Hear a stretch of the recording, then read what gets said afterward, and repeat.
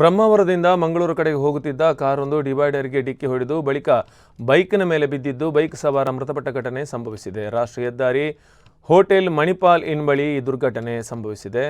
ಮೊದಲು ರಸ್ತೆಯ ಡಿವೈಡರ್ಗೆ ಕಾರು ಡಿಕ್ಕಿ ಹೊಡೆದು ಸರ್ವಿಸ್ ರಸ್ತೆಯಲ್ಲಿ ಹೋಗುತ್ತಿದ್ದ ಬೈಕ್ ಸವಾರನ ಮೇಲೆ ಬಿದ್ದಿದೆ. ಪರಿಣಾಮ ಬೈಕ್ ಸವಾರ ವಿಜಯಪುರದ ನಿವಾಸಿ ಸುನಿಲ್ ಸ್ಥಳದಲ್ಲಿ ಮೃತಪಟ್ಟಿದ್ದಾರೆ.